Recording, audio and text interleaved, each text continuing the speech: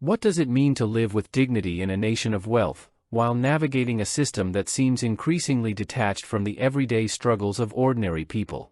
In an April 2025 interview, U.S. Treasury Secretary Scott Bessent delivered a message that resonated deeply across the country, a message that juxtaposed prosperity with hardship and challenged the very architecture of America's economic landscape. With piercing clarity and grounded realism, Bessent exposed a structural imbalance that has quietly shaped modern American life. At the heart of his commentary lies a simple but powerful observation: the system is not broken because of its people, the system is broken in spite of them.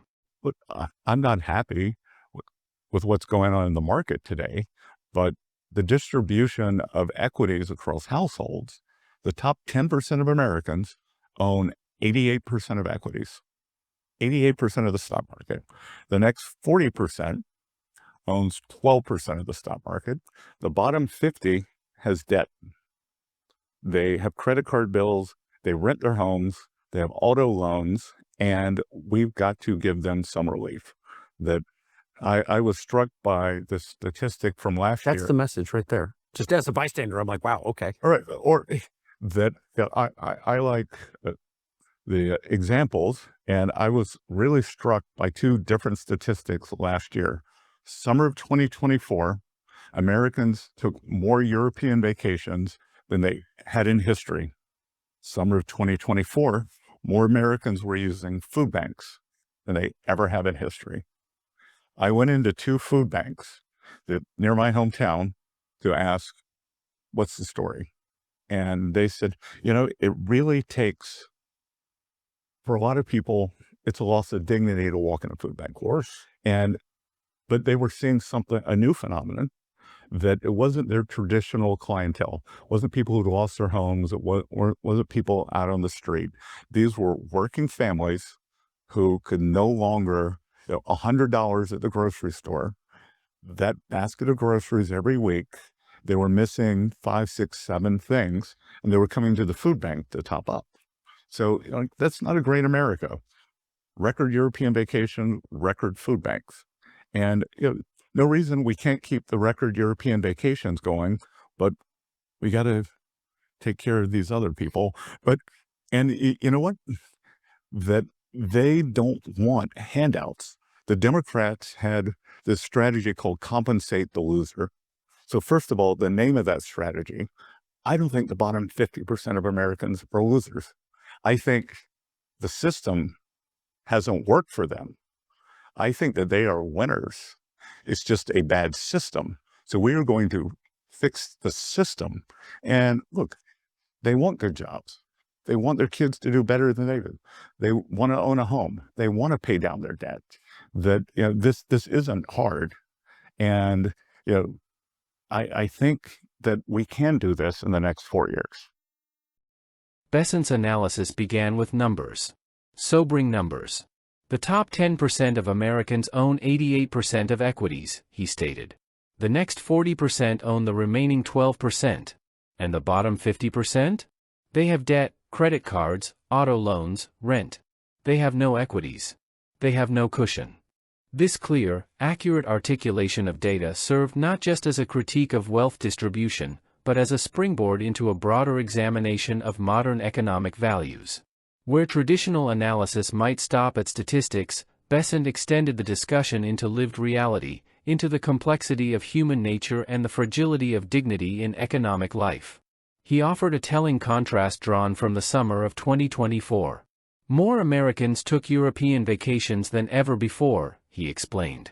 And at the very same time, more Americans used food banks than ever before. Notably, these were not the homeless or unemployed, but working families, people with jobs, mortgages, responsibilities, who simply couldn't make ends meet. Bessent visited food banks near his hometown and heard stories of those who found themselves skipping essentials at the grocery store, turning to charities not for luxury, but for survival. These narratives cut through the numbers and political rhetoric, revealing a complex human reality, one where economic statistics fail to capture the depth of human struggle, aspiration, and dignity. Bessent then turned his attention to policy. He rejected what he termed the Compensate the Loser approach, an economic framework he attributed to prior administrations and policy architects. "I don't think the bottom 50% of Americans are losers," he asserted. "They're winners in a system that has failed them." This was not a dismissal of responsibility, but a recognition of a deeper truth: the American worker is not lacking in work ethic, but in structural support. So what does reform look like? Bessent's blueprint is bold, systematic, and rooted in the principle of earned opportunity. He emphasized a multi-pronged strategy designed to relieve pressure on working Americans while fostering long-term growth and national self-sufficiency. First, tariffs, projected to raise between $300 billion and $600 billion annually, would serve not only to reduce reliance on income taxes but also to restore American industry.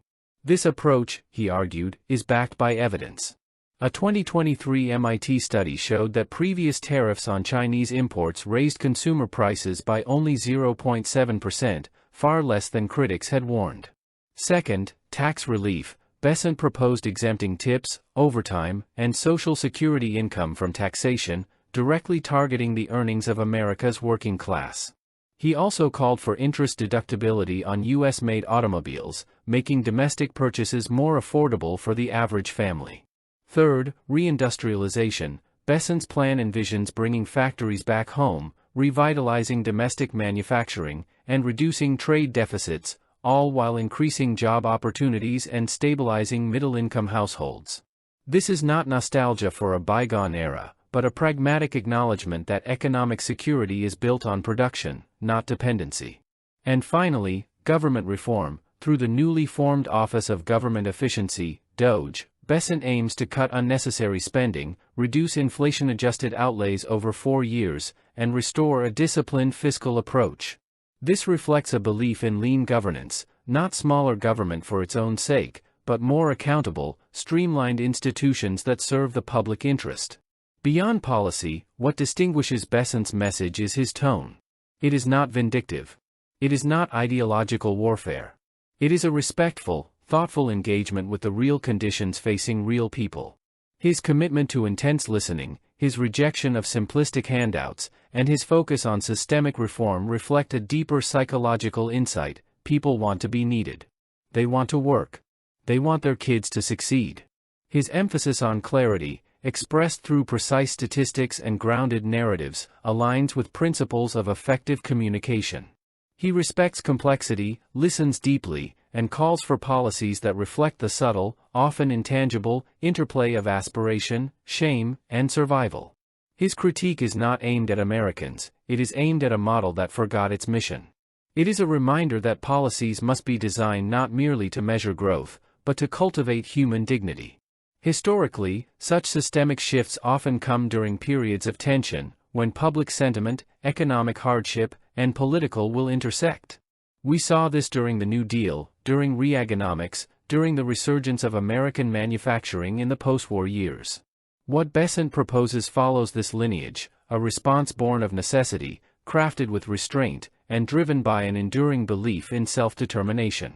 There is humility in his approach, an acknowledgement that no system is perfect, no model complete.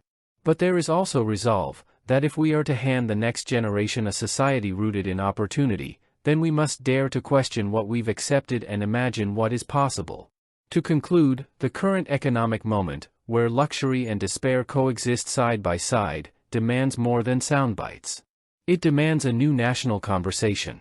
Bessent invites that conversation not with fear or blame, but with a deep respect for what is at stake: the dignity of work, the integrity of systems, and the future of a nation built on effort, fairness, and hope.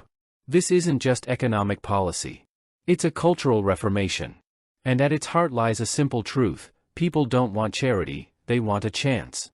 The question before us now is whether we have the courage to give it to them.